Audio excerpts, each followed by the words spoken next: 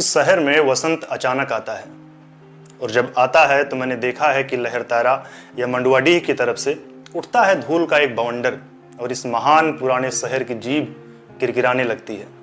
जो है वो सुगबुगाता है और जो नहीं है वो फेंकने लगता है पचखियाँ। आदमी दशाश्वमेध में घाट पर जाता है और पाता है कि घाट का आखिरी पत्थर कुछ और मुलायम हो गया है। सीढ़ियों पर बैठे बंदरों की आंखों में एक अजीब सी नमी है और एक अजीब सी चमक से भर उठा है भिखारियों के कटोरों का निचाट खालीपन। तुमने कभी देखा है खाली कटोरों में वसंत का उतरना? ये शहर इसी तरह खुलता है, इसी तरह भरता है और खाली होता है ये शहर।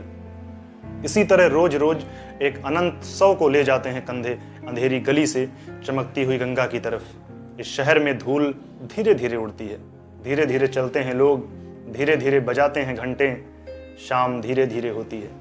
ये धीरे धीरे होना, धीरे धीरे होने की एक सामूहिक लय दृढ़ता से बांधे है इस समूचे शहर को इस तरह कि कुछ भी गिरता नहीं है, कि हिलता नहीं है कुछ भी, कि जो चीज जहां थी वहीं पर रखी है, कि गंगा वहीं है, कि वहीं पर बंधी है नाव, कि वहीं पर रखी है तुलसीदास की खड़ाऊं सैकड़ों बरस से।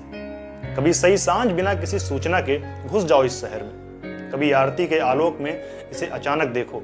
अद्भुत है इसकी बनावट। ये आधा जल में है, आधा मंत्र में, आधा फूल में है, आधा शव में, आधा नींद में है और आधा शंख में। अगर ध्यान से देखो तो ये आधा है और आधा नहीं है।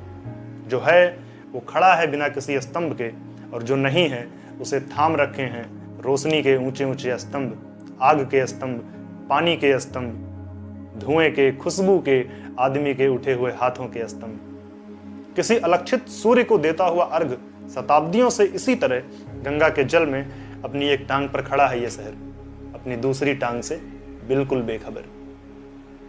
कविता का नाम है बनारस और कवि का नाम है केदारनाथ सिंह।